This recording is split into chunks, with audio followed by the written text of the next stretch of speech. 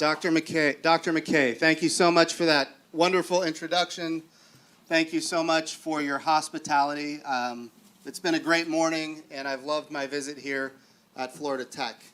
I also want to say for all of those who are here that are students, Florida Tech is an amazing institution that provides a lot of talent to NASA and a lot of talent to the contractors that support NASA.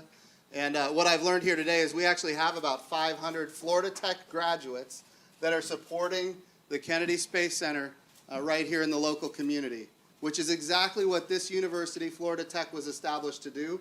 And it is living up to that mission that it was set forth to do all those years ago. So congratulations for having such a wonderful institution that helps not just NASA, but our country in so many ways.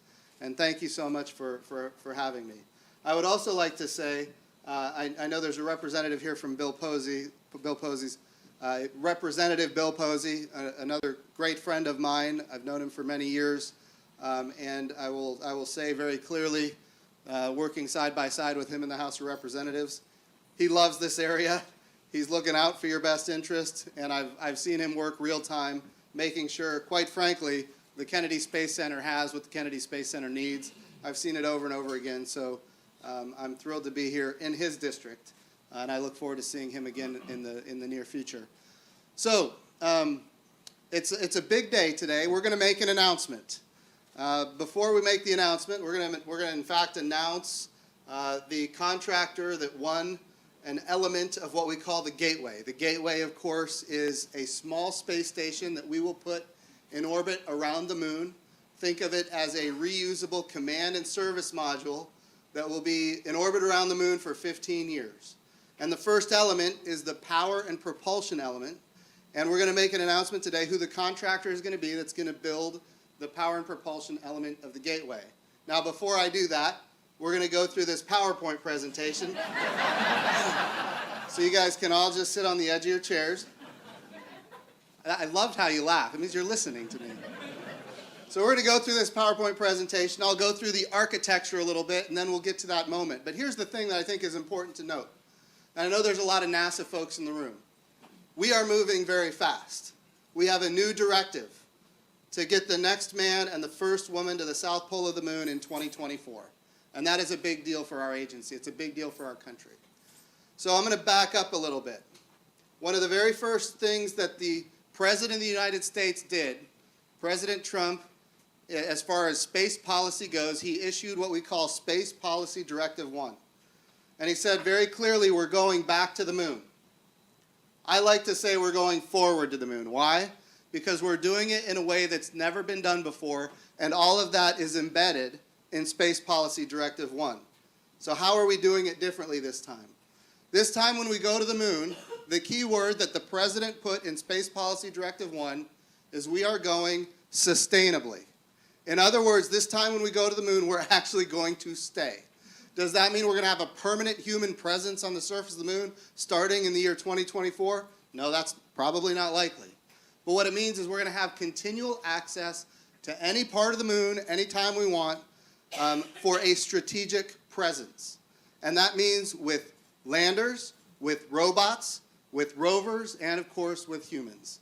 And I know from the folks that I've met here at this university that a lot of you will be involved in those activities, and I am thrilled about that. So I think these are very important things to think about. So we're going to the moon, Space Policy Directive 1. We're going sustainably. We're going to go with our commercial partners. And what does that mean necessarily? That means instead of NASA purchasing, owning, and operating the systems as we have done traditionally, in many cases, we are going to be able to buy services from commercial companies that have customers that are not NASA. And we welcome that. We want that. That is good for us, because then we can focus your tax dollars on the things that only NASA can do, where there are not yet commercial opportunities. That's where we want to be. So we're going to go sustainably to the moon. We're going to go with commercial partners. We're going to go with international partners. We are building a coalition of nations for a sustainable return to the moon. And just since this has been announced, we have started to get a lot of traction from our international partners. A lot of you in this room know that on the International Space Station, we currently have 15 countries that are involved in living and working in space now for almost 20 years. People, I should say, 18 plus years, because I know it's being recorded and everything the NASA administrator says gets, taken apart. Mostly by the people in this room, I'm sure. But the important, I know I'm speaking to the aerospace community. So this is, I think, these are important things to remember. We're going to go with international partners. This coalition of nations, we have the first one that got on board just a few short months ago, Canada. And they didn't just get on board. They got on board for a 24-year period of time, which is exactly the kind of commitment that we need for this sustainable lunar architecture. And everybody here is familiar with how important the Canadarm has been, and their robotics capabilities have been for the International Space Station. And those capabilities are going to have tremendous value at the Gateway, which is that small space station in orbit around the moon, that reusable command and service module in orbit around the moon. We're going to use those capabilities to get to the surface, as a matter of fact, and we're going to need eventually, we're going to need their robotics capabilities on the surface of the moon. Now, that's another negotiation for another day, but know this, they are with us. And they're the first ones that have stepped up. But there are other countries that are stepping up, and we're in conversations right now with the European Space Agency, ESA. We're in conversations with all of our partners on the International Space Station, Japan and Russia, another critical partner when it comes to space exploration that a lot of people don't consider. It's important to recognize that since 1975, the United States and Russia have had a collaborative, working relationship to live and work in space. I say since 1975. Again, I've got to be clear. There have been some gaps, but if you go back to the Apollo-Soyuz program, and then you go to the Shuttle-Mir program, and now you go to the International Space Station, this is a very unique channel of communication. When terrestrial geopolitics break down, we are able to continue living and working in space together. That's an important capability that the space community brings to our country and theirs. So we're going to the moon, we're going sustainably, we're going with commercial partners, we're going with international partners, and this is a new policy, we are in fact going to utilize the resources of the moon. What does that mean? What resources are we going to utilize? In 2008 and in 2009, we learned that there are hundreds of millions of tons of water ice at the south pole of the moon. Hundreds of millions of tons. What does that mean?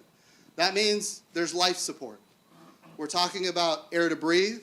We're talking about water to drink, but even better, we're talking about rocket fuel. Hydrogen and oxygen is the same rocket fuel that powered the Rs-25 engines, the Space Shuttle main engines, the same rocket fuel that will power the engines on the SLS rocket, the biggest, most powerful rocket ever built that will carry our astronauts to the moon. So hydrogen and oxygen available in hundreds of millions of tons on the south pole of the moon. That's an amazing resource opportunity, and it's important for us to get there and figure out how to utilize it. I know this is a space tech conference. That's space technology that we need to develop. How do we get the use of those resources? So we're going to utilize and by the way, there's other resources we can get to later, maybe depending on time. As long as I'm going, that might not be the case. But here's where we're going. It's not just utilization of resources either. The last piece of Space Policy Directive 1, given by the President of the United States, is to take this technology, take the capability that we're building to reduce risk, to prove capability, prove technology, and then as much as possible replicate it at Mars. That's why we're building the Gateway. This is a critical capability for not just a sustainable lunar return, but also an eventual journey to Mars, where we will have access to the surface of Mars as well. So this is all embedded in Space Policy Directive 1. Just a little tasking that we have to get underway, so we're going to need everybody in this room to help us out. But it's also important to remember that we put together a budget request based on those directives. And in that budget request, we decided that we were able to get humans to the surface of the moon in 2028. The president and the vice president saw that and they said, that's not good enough. We need to go faster. So the question is, why do we go faster? And this is an important point. Why would we go faster? Friends, we would be on the moon right now if it wasn't for a certain risk. Everybody is familiar, especially in this room, you are familiar with technical risk, technical challenges. Technical challenges are not the reason we are not currently at the moon. The reason we're not at the moon right now is because of the political risk. We have tried this before. The Space Exploration Initiative of the 1990s. Priorities changed, budgets changed, Congresses changed, administrations changed, and ultimately that goes out the window. Then we had in the early 2000s the Vision for Space Exploration, another effort to return to the moon. It was drawn out, it took too long. Priorities change, budgets change, Congresses change, administrations change, and it gets zeroed out. And now we have another administration that says it's important for strategic presence, it's important for international partnerships, it's important for resources, it's important for science that the United States be on the moon. Therefore, in order to retire the political risk, we're going to go faster. So they said, what does it take to get to the moon within 5 years? They came to NASA. What does it take to get to the moon within 5 years? And so we put together a budget request that we could send to the Hill. We sent it to the administration first and said, here's what we believe it takes to get to the moon within 5 years. We were also very careful because the challenges that we've had in the past politically stem from a couple of things. If you try to fund the lunar exploration program out of the Science Mission Directorate by cannibalizing science to feed human exploration, it creates all kinds of political divides within geographic regions of the country. Maybe certain states then oppose other states. So it becomes a parochial issue. And in fact, it becomes a partisan issue. So we know that that doesn't work. Then the question is, well, could we fund it by maybe de-scoping the International Space Station and the amount of funding going there? Well, if you do that, you're going to make a lot of people in Texas upset. You're going to make a lot of people in Florida upset. You're going to make people in Alabama upset. So no, that doesn't work either. So what we got here, in order to get to the moon in 2024, was a new budget request that included an additional $1.6 billion that doesn't cannibalize any part of NASA. And that is a unique moment in all of the decades that have led up to this moment. We should be on the moon right now, but we're not. What have we learned from history, and how do we apply those lessons to today? That's what we've done. Now, this $1.6 billion is a budget. It's an additional budget request on top of NASA's previous budget request for the year 2020. I want to be clear. I'm not saying we're going to the moon for $1.6 billion. What I am saying is, if you take NASA's budget and you add an additional $1.6 billion, and then of course you look at year 2021 and 2022 and 2023, all of those budgets we're working through right now. But we have an amazing start to come out of the gate and actually get capability going to get us to the surface of the moon in the year 2024. The administration, friends, has been extremely supportive of that. And for that, NASA, I personally am very grateful for all of their strong support. It's also important to note that the Vice President, by direction of the President, at the last National Space Council, by the way, raise your hand if you're in this room and you're familiar with what the National Space Council is. Let's do this the other way. Raise your hand if you're not familiar with what it is, and that's okay. There are folks. Okay. So we have, under the law, the ability for the administration to create what we call the National Space Council. What that means is you take all of the different heads of agencies and the different cabinet secretaries that deal with space, and you put them on one committee, and then they get together and they discuss and they make decisions on how to make sure that America is the preeminent spacefaring nation. And this has existed going back to John F. Kennedy, had Lyndon Baines Johnson, of course, heading the National Space Council. Administrations that came after that took it away. Others brought it back. At one point, George Herbert Walker Bush reestablished it, and then when he left office, it went away. Well, the president brought it back, and he put the vice president as chairman of it. And of course, on this National Space Council sit the Secretary of Defense the Director of National Intelligence, certainly the Secretary of Commerce, Secretary of Transportation, the NASA Administrator, and others that touch space. We come together and we talk about how each one of us are working on space issues. So in this National Space Council meeting that we had, the Vice President announced that when we go to the moon in 2024, and we very clearly he said, the next man, and this is an important point, the first woman that land on the moon will be Americans. He also said that we're going to land on the moon in 2024, and he said we're going to land on the south pole of the moon, which is where all of that water ice is. But there's a critical thing that he said that I think caught everybody's attention, which is the next man and the first woman. That's a significant difference than the Apollo program that we had in the 1960s and the early 1970s. Why is it different? Because back then, all of our astronauts came from the military. They were all fighter pilots, or not just fighter pilots, test pilots. But the bottom line is there were no opportunities for women. And now for the first time, we're going to send a very diverse astronaut corps to the surface of the moon to inspire the next generation. I have an 11-year-old daughter. My 11-year-old daughter, I want her to be able to see herself as having every bit of the opportunities that I had growing up. And this, I think, is a perception that we need to fix, that every American has an opportunity to go to the moon. Now, not every American is going to go to the moon, and I understand that. But when we see the cadre of folks, the very talented astronaut corps that we currently have, we know this, that we can send people of all backgrounds, race, religion, gender. They are very diverse and very qualified. Which is one of the reasons that when we decided, what are we going to call this particular program, we thought about Apollo. Apollo is an amazing historical achievement. We all remember it, those of us who are alive, and I quite frankly wasn't, but I've read about it in books and seen it on TV. And I'm inspired by what was happened before I was born. But we think about the Apollo program. Here's what's interesting. Apollo had a twin sister. His twin sister, Artemis, happens to be the goddess of the moon.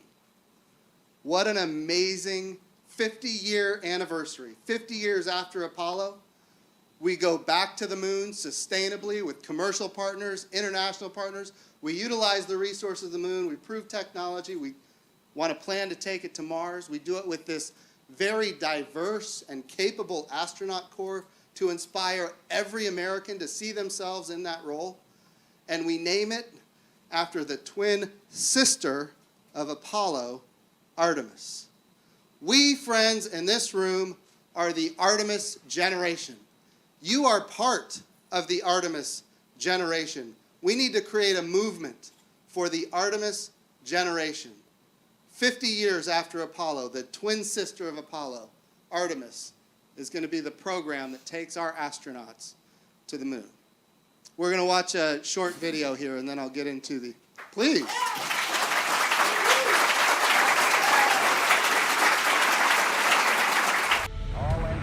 50 years ago, we pioneered a path to the moon. The trail we blazed cut through the fictions of science and showed us all what was possible. It's very pretty out here. Today, our calling to explore is even greater.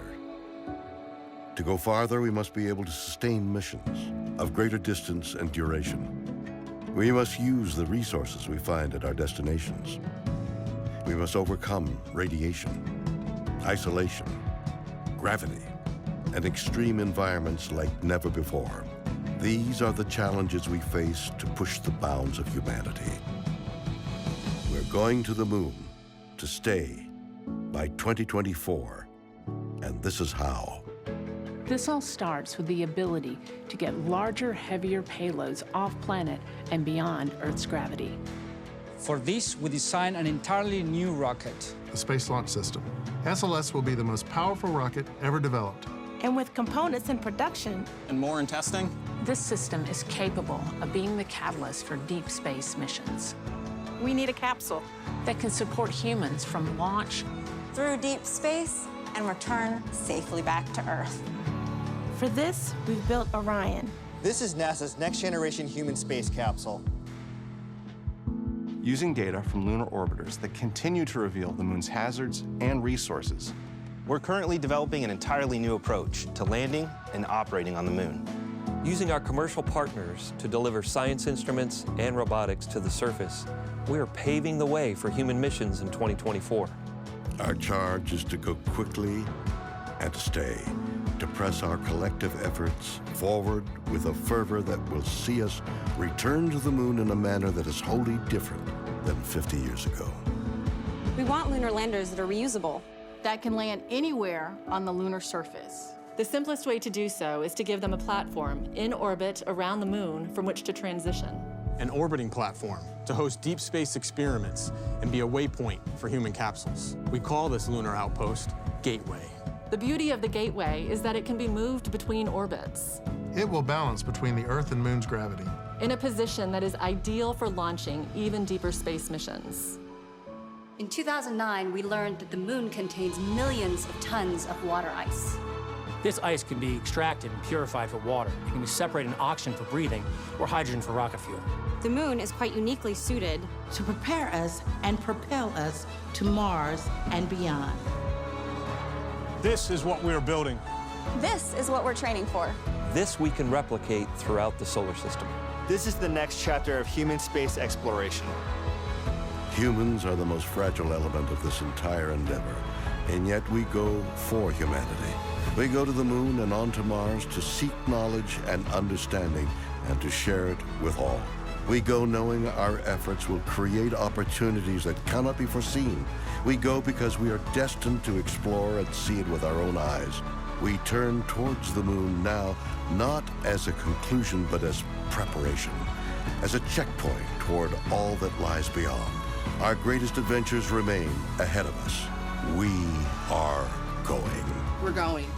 We are going. We are going. We're going.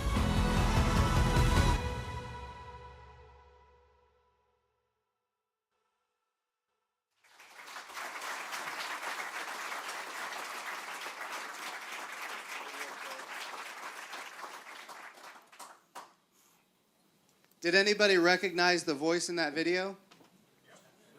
William Shatner. Captain Kirk himself. So we're going to talk about the Artemis program. We're going to talk about what is the plan. How do we achieve this? We're going to try to put some details into it, and then I'm going to open it up for a few questions. So if we could go to the first slide here. So when we look at this slide, what we're really looking at is a series of missions that takes us from Artemis 1. This is, in fact, the first flight of SLS with an Orion crew capsule that goes around the moon uncrewed.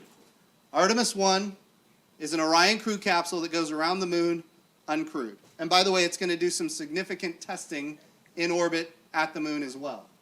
When we go to Artemis 2, we're talking about the first humans to the moon in the 21st century. Now, these humans are going to enter orbit around the Earth, and we're going to test all of the metabolic systems, all of the life support systems on the Orion crew capsule in orbit around the Earth. That's the best place to test it. We don't want to test it at the moon. I see some people giving me a thumbs up on that. That's the goal, test it around the Earth. Now, what that means is that when we do launch it to the moon, which we will do on that flight, we want to take it to the moon, we want all of the life support capabilities tested.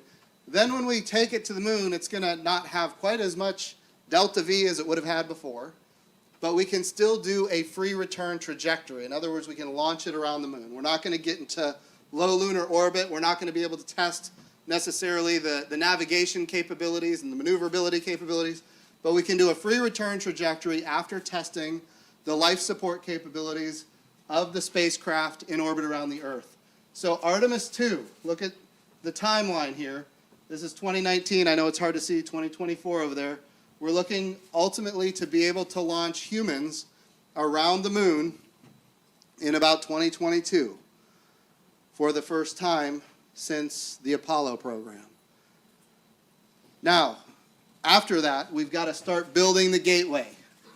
The first element of the gateway is the power and propulsion element. I want to anchor for a second on how important the gateway is. The gateway has solar electric propulsion. It's in what we call a near rectilinear halo orbit, where it is balanced between the Earth's gravity and the moon's gravity. In that near rectilinear halo orbit, it can use that very, it's small thrust. We're talking about solar electric propulsion, very small thrust, but it can stay in that orbit for very long periods of time. But because it does have that very light thrust, it can also maneuver. It can go to the L1 point, it can go to the L2 point, and it can go between all of these different, very balanced areas between the Earth's gravity and the moon's gravity and even the sun's gravity. That's the value of the gateway. It gives us, key point, it gives us more access to more parts of the moon than ever before. Why is that important? We go back to 1969, 1970, 1971, 1972. 6 Apollo missions that landed on the moon. 12 people walked on the surface of the moon. I know Andy Aldrin is here, and of course his dad was one of the heroes of all of us. But they missed something. What did they miss? They missed the fact that there's hundreds of millions of tons of water ice at the South Pole. Their missions were equatorial in nature. We want more access to more parts. And I know in this room, everybody knew that there was water ice there. Oh, I know that. I'm kidding. All of you say that you knew, but nobody really knew. And I kid. Yeah.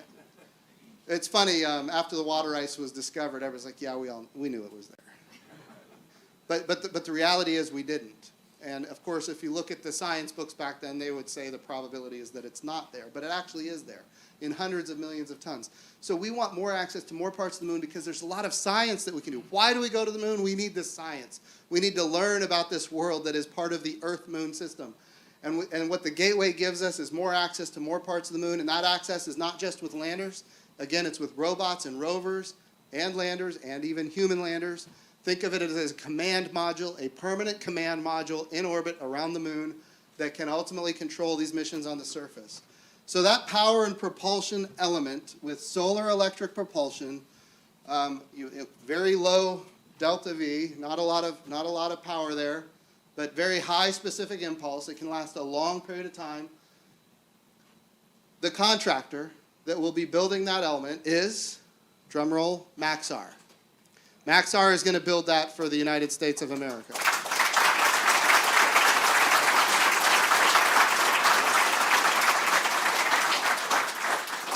And I want to be clear about this acquisition process. To go from where we were to where we are right now so fast, this is a monumental achievement for this little agency we call NASA. And this is going to be the example of how we move things going forward. Because if we're going to get the next man and the first woman to the South Pole of the Moon in 2024, we have to have this kind of urgency. We have to move at this level of speed. It is also true that we are procuring that power and propulsion element of the gateway. We are procuring it in a way that we haven't done before. We will have an option to take possession of it after it's on orbit. In other words, we're buying it commercially. They're building it, and then if it all tests well, then we acquire it as a country. So this is a different way of procuring it, and it is a big change, and we need to get used to this kind of change as an agency. And we are. We're making these changes quickly. Now, as you go forward, once we have the power and the propulsion element, then we need a crew vehicle. We need a pressurized vehicle. Sometimes we call it a habitat. But I want to be clear. We are not building the International Space Station around the moon. In fact, I don't know that we can call it a habitat at all. We call it a utilization module. Think of it as a very, very small habitat that has a purpose. The purpose is to get our humans onto a lander and take them down to the surface of the moon. That's what it is there for. There have been times in the past when we talked about the Gateway as a very big device that was going to be a big space station for long periods of time. That's not what we're doing by 2024. What we're going to have by 2024 is the power and propulsion element and the utilization module. We call it phase one of Gateway. Now, by the year 2024, this gets us to Artemis 3.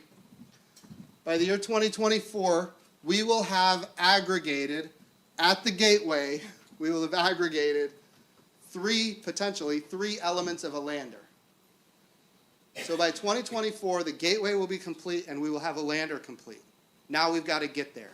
How do we get there? We launch on the SLS and Orion with the European Service Module. Yes, our international partners are involved in this from day one.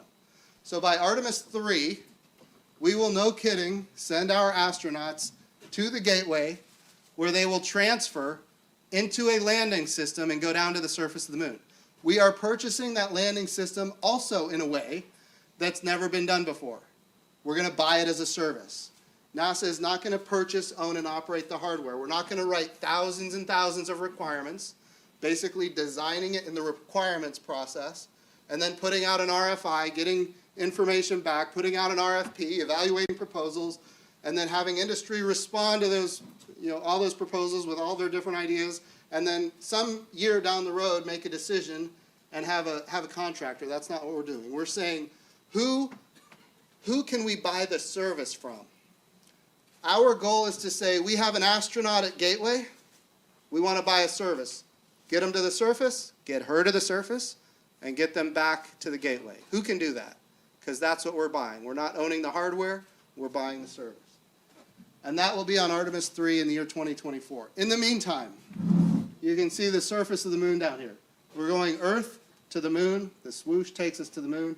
In the meantime, we have these different robotic missions on the south pole of the moon, operated under a new system that we call CLPS, the Commercial Lunar Payload Services. We are testing again our new model of acquisitions. What am I talking about? I'm talking about, we're talking about small payloads, 15 pounds, 20 pounds, to the surface of the moon, science payloads, science instruments, maybe some rover capability, but we're buying this as a service to the surface of the moon as early as next year. These are small payloads to the surface of the moon, bought as a service as early as next year. NASA has the instruments, we're ready to go, and we've identified contractors, 9 of them, that have the ability to get us to the surface of the moon.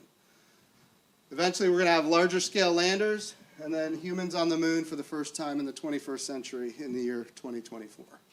So that's the plan to get us to the moon. And at the bottom, you can see it's very clear. Lunar South Pole is the target. And of course, why? Because that's where you've got the peaks of eternal light for solar power. And you also have those permanently shadowed areas where the water ice is. That's why we go to the South Pole. Okay, next slide. This is an important slide because it shows how we're going to launch these systems across the top. Artemis 1, Artemis 2, Artemis 3, these are the human launches that take us from the Earth to the moon. And I mentioned Artemis 1 is uncrewed, Artemis 2 is crewed, originally around the Earth. We launch it, free return around the moon. Artemis 3 takes our first crew to the lunar surface, of course, first taking them to Gateway. At the bottom, and by the way, I want to be clear about SLS and Orion. Since I've been the administrator, we have looked at every option to get humans to the surface, to get humans to the Gateway, I should say, as fast as possible. SLS and Orion is the only system that gives us any chance of getting there in 2024. We've looked at everything. We've considered everything. SLS and Orion, that is the system. And once it's developed, we will use it over and over and over again. Okay, at the bottom, commercially provided elements. We talked about the power and the propulsion element. We've got a crew module. That's the habitat, that small habitat. And then we have the landing system. Now, we have here on the landing system, we have a transfer vehicle. Remember that near rectilinear halo orbit that's basically it's in orbit around the moon, kind of balanced between the Earth's gravity and the moon's gravity. The challenge is that's kind of distant from the surface of the moon. In fact, it's very distant from the surface of the moon. It gives us durability, sustainability, 15 years, solar electric propulsion capability, but it's distant from the surface of the moon. So we've got to get down to low lunar orbit first. That's what the transfer vehicle is all about. It gets us from the Gateway down to low lunar orbit. Then, once we're in low lunar, we need a descent module. That puts us on the surface of the moon, and then we need an ascent module that gets us back to Gateway, where our crew can get back into Orion and come home. Now, I've identified 3 elements of the landing system. But what did I say previously? I said that we're buying this as a service. And there are contractors out there who have it in their mind that they could do this with just 2 elements, a descent and an ascent, and skip the transfer. And by doing that, they believe they could save money and help NASA achieve this even faster. I want to be clear. If they can, we're for that. If others have another way of doing it, we're okay with that too. We're going to look at all proposals. We are buying a service. We're not going to write the requirements and tell them specifically how to design their project. We're buying a service. Again, the goal here is speed. 2024 is right around the corner. So these, and I think the other important thing is SLS and Orion, each one of these elements is going to be launched commercially. This brings all of America together. Those of us in this room, we know that there is this tension between traditional space and new space, or traditional space and commercial space. The different launch providers, there's a tension. We cannot achieve this objective if we don't bring everybody together under one umbrella, everybody together under one tent. And the 2024 agenda guarantees that we're using the government-provided capabilities and we're using commercial-provided capabilities. And that is ultimately how we bring not just the country together from a contractor perspective, many of which are in the room. It is also how we bring our country together from a representative perspective. We're talking about some of the parochial interests from the House and the Senate, which I understand all too well because I used to be there myself. So I think that's an important slide right there, bringing everybody together to achieve the end state. All right, the next slide. This kind of shows you 2 segments here. Between now and 2023, we are developing. It's important to recognize we are developing SLS, we're developing Orion, we're developing the European Service Module, we're doing these CLIPS missions, we're doing the power and the propulsion element, and we're doing the habitation module at the Gateway, and at the same time, we're building the landers. You can see there's not a lot of launches here, there's a lot of development. 2024, there's a transition. 2024, we've got 3 commercial launches potentially to get the lander to the Gateway. At the same time, we've got Artemis 3 launching the next man and the first woman to the Gateway for their eventual lunar landing. So that's 2024. And then after that, you can see all of the activities. What we need has been developed. The other important thing to note, and this needs to be said, as much as possible, we want to build reusability into every piece of the architecture. Reusability is key. I know here on the Space Coast, we know how important it is to reuse rockets. We've seen it with SpaceX. We've seen it with Blue Origin, reusing New Shepard. Reusing rockets drives down cost and it increases access. Reusability is a key to the sustainability that we're trying to achieve. So what does that mean? The Gateway is by definition reusable. It will be there for 15 years, a reusable command module. But we also need these landing elements to be reusable as well. Now, not every piece of the landing system is likely to be reusable by the year 2024. But we want to have the opportunity by 2028 to have those landing systems be reusable as well. So we are trading a little bit of reusability potentially for speed to get there in 2024, to accelerate the path and retire the political risk. That's the goal. All right, next slide. So this is the Gateway. I want to make sure that people understand kind of what we're doing here. For 2024, it is a minimum gateway, and that's what's pictured here. It looks like kind of a big space station, but what you're talking about, you see the big solar panels attached to the power and propulsion element. That's the power and propulsion element. Then this is the utilization module. This is Orion approaching the Gateway, and all of this up here is a landing system. But this is the entirety of the gateway. To be clear, we are not building the International Space Station around the moon. I want to emphasize that. That is not our goal here. We as a nation do not want to get bogged down with all of our resources going to the moon. Certainly we want a presence, we want access anytime, anywhere at the moon. But our goal is ultimately to move on to Mars and not get stuck on the surface of the moon. As much as we need to be on the surface of the moon, we don't want to have that be the final destination. That's why it's important to not build the International Space Station around the moon, because then our resources can be used for the missions beyond. So it's a command center, aggregation point for the human lander. It establishes a strategic presence around the moon. It places the United States of America in a leadership role. Now, what do I mean by that? So the Gateway, this is a great, think about this. It's open architecture. The way we do docking, the way we do avionics, the way we do communications, the way we do life support, all of these things are going to be available on the internet. So if there's a small country out there that wants to build their own lander and use the Gateway to ultimately have their own system to get to the surface of the moon, we welcome that. If there is a private company out there, maybe there's a billionaire that wants to use the Gateway to get to the surface of the moon with their own lander, because maybe they believe there's precious metals in a certain part of the moon. Are there precious metals there? I don't know. Nobody else does either, but we ought to find out. That's why we're going. We missed for 39 years. We missed that there was water ice at the South Pole. What else have we missed? We know that there are rare earth metals on the Earth. We also know they're hard to come by because the Earth has a very active rare earth metals, just you guys know this. Rare earth metals are not earth metals. They're asteroid impacts from billions of years ago. But the Earth has this very active geology, and it has a very active hydrosphere, and it has a very active atmosphere. What that means is that those rare earth metals are hard to come by. They're not where they used to be, and when they're discovered, they're in very trace amounts.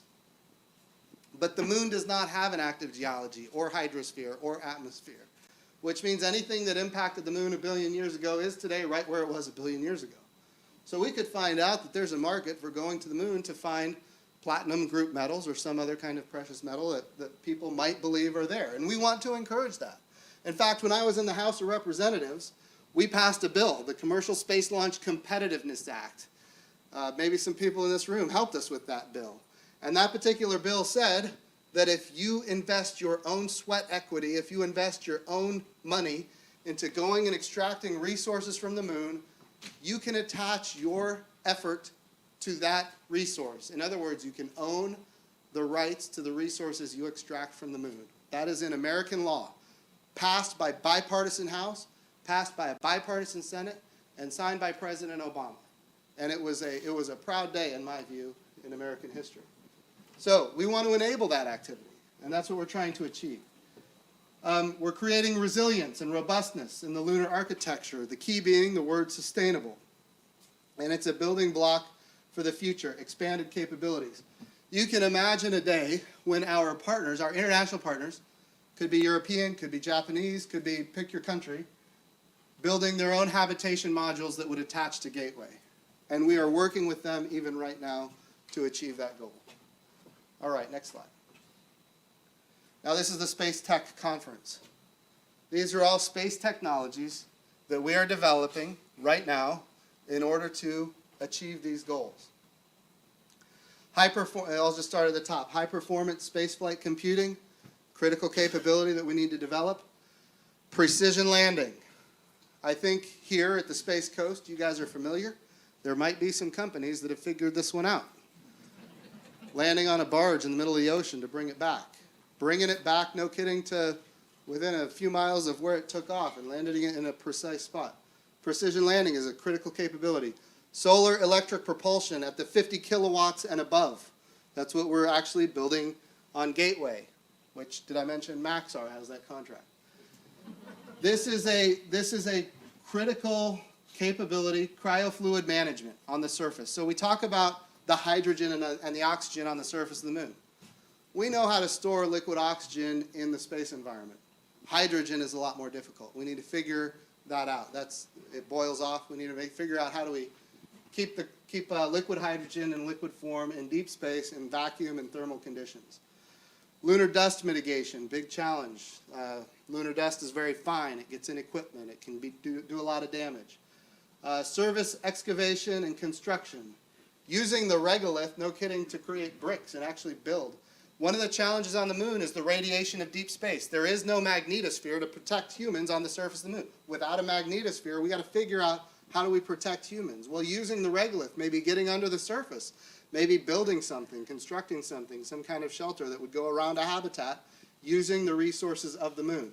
Which brings us here to in situ resource utilization.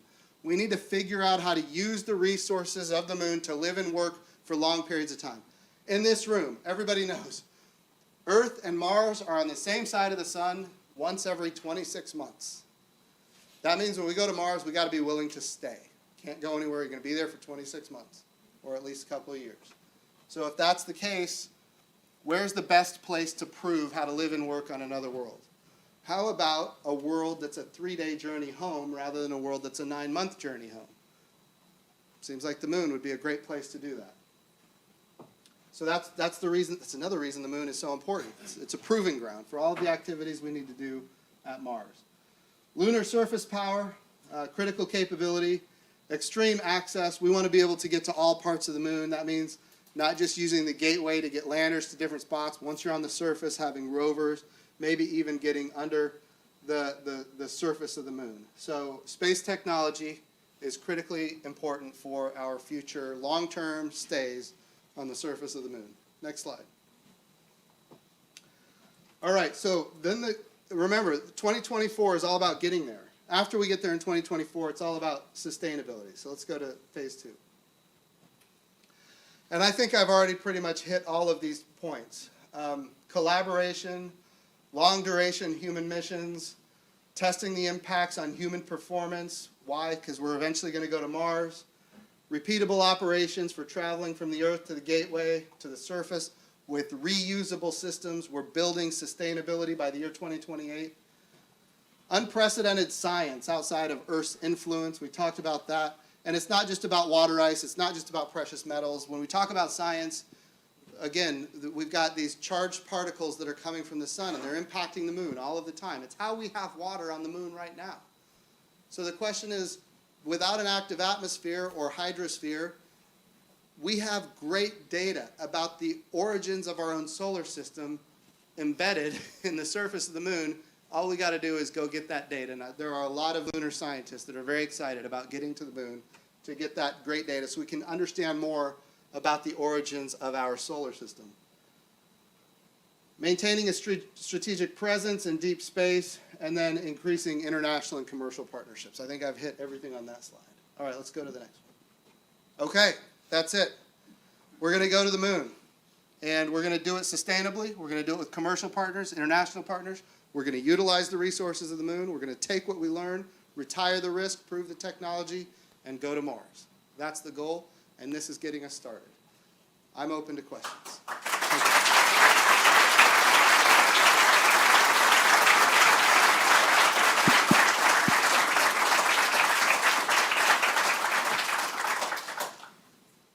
Hi, Jim. Great talk. John Delacosta from the University of Florida. You said that we were accelerating the Artemis program because, and it would, I don't know if you said eliminate exactly, but it would eliminate the political risk. It would reduce it. It would reduce it. Yeah. How big of a risk do you think the 2020 election is going to be on the Artemis program? And do you think, how big do you think the effect will be on the program if there is an administration change? Thank you. So this has been the problem in the past, and I'm not going to make any predictions about elections. That's not my job. But what I will tell you is that if we do this right, this is not partisan, nor is it political. One of the things that I enjoyed very much being on that House Science Committee, which oversees NASA, the Space Subcommittee specifically oversees NASA, is that it was very apolitical. It was very bipartisan. There are little areas where we might have disagreements, but it was very bipartisan. And again, I really believe, since this is the Artemis generation, and it is time for us to have our own capability. I was not alive when we landed on the moon. I'm the first NASA administrator that was not alive. This is not political. It's not partisan. It is our time. This is the Artemis generation. We need to go back. We need to go back with the diverse and capable astronaut corps that we have. And I will tell you, I've seen strong bipartisan support in both the House and the Senate. Now, they might not like how it's paid for, and they might not like the budget request and this kind of thing, but they are all seemingly, this is the question I get from both sides of the aisle. Do you have what you need? Is it enough? And the answer is, well, if you want to give me more, I'll take it. Not true. I stand by the budget request. But my point is that there is bipartisan support. So I will also say we don't just see it on the Science Committee. We see it internationally. There's all kinds of geopolitical divides these days, especially when you consider Russia. I don't know if you've noticed, but there's this challenge there. But yet we're still able to maintain the International Space Station. Our astronauts are working side by side with theirs. In mission control, we've got their folks working side by side with ours. So it transcends geopolitics. It transcends partisan politics. I really think that if we roll it out right and people understand why we're doing this, the inspirational elements, the this is our moment kind of elements, if we do it right, with your help and others in the room, I don't think that this will be at risk, whether it's 2024, 2028, 2032. I think we're going to be in good shape. Hi, my name is Luis. I'm an aerospace engineering student here at FIT. Oh, great. The question I have to you, sir, is about the Resource Prospector rover. Yeah. That we understand that we want to investigate the craters to find water. Yes. But we understand that the most important mission that I see, that the Resource Prospector that was canceled, it is a very important step. Yes. Does NASA have any plans to bring that mission back to before we send all the mankind and womankind there? Yeah. Are we sending rovers before to confirm the data? Absolutely, and it's not. So the answer is yes. The Resource Prospector mission. There were on the day of my not confirmation, but the day I got sworn into this job a year and some months ago. There was a lot of hoopla about us canceling this project. All of those instruments still exist, and we didn't just cancel the project, we put it on steroids. When we talk about, if we can go back to the CLIPS slide, the slide that has the swoosh across the top, we talk about these missions to the surface of the moon. You can see right here, large-scale cargo lander. Certainly if we can do that, we can actually put a rover on the surface of the moon. Talking to our international partners, a lot of them have a rover in development. So the answer is yes. We are going to have a lot of missions to the surface of the moon long before our first astronauts get there. Why? We want to make sure when our first woman steps out of the capsule and onto the surface of the moon, she has very meaningful scientific work to do. I also want to be clear, some people have said, well, it's just a stunt, they're just going to walk around and get, no. This is sustainable development, and there's going to be meaningful work on the surface of the moon, and we're very excited about it. But between now and then, with CLIPS, we're going to have a lot of missions. I also want to be clear when it comes to, when I say CLIPS, Commercial Lunar Payload Services. We're buying services to get to the surface of the moon with small scientific instruments, like maybe a small rover. When we do this, and this is going to take maybe some effort for a lot of people to understand across this country, there's risk. When we talk about CLIPS, these small landers going to the surface of the moon, think of this as venture capital. So the cost is low, the risk is high, but the payoff, if one of the 9 providers can succeed, the payoff is massive. That's what we're trying to achieve. We're trying to. One of the things the Vice President said at the last National Space Council that I took away as an important thing, he said, fail smartly. In other words, he understands that there will be failure. But what we have to do is we have to fail smartly. Again, low cost, higher risk, but if it works, higher reward. Learn from each one of those and build them into future systems, and that's what we want to do with bigger landers. But yes, we will be back on the moon long before 2024 with rovers. Subit Vasu from University of Central Florida. Very impressive talk. By the way, University of Central Florida, 2017 national champions.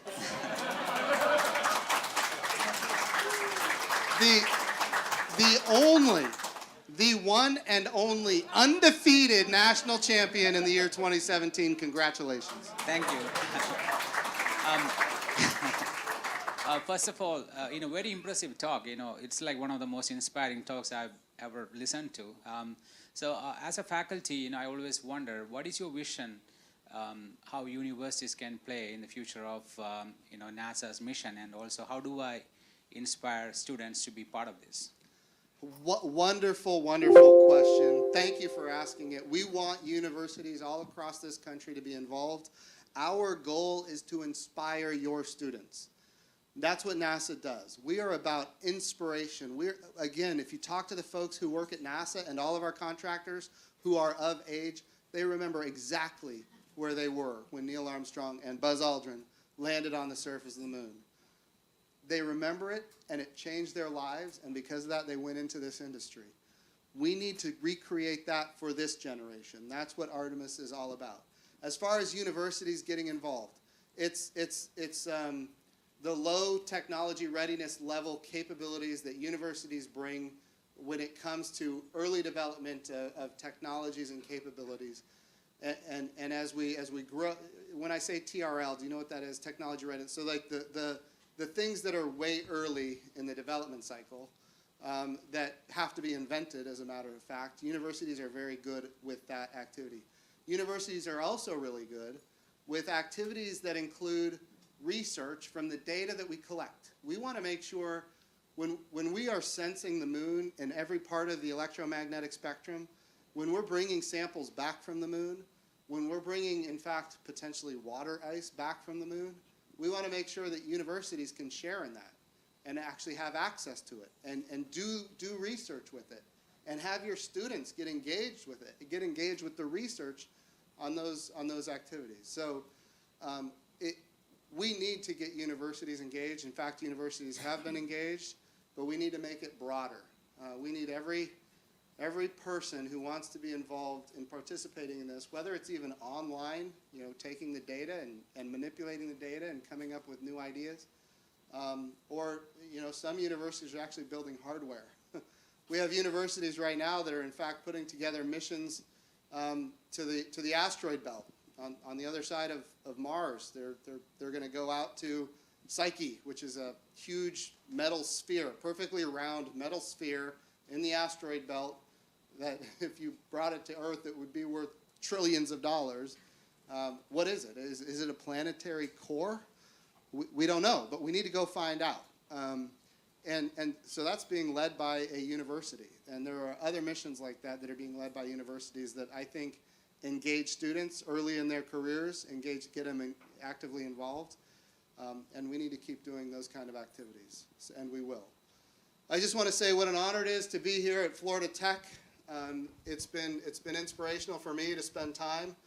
And of course, President McKay, thank you for all of your time and effort putting this together, and your team putting this together. Great conference here, and look forward to being back in the future. So thank you so much. Thank you, sir.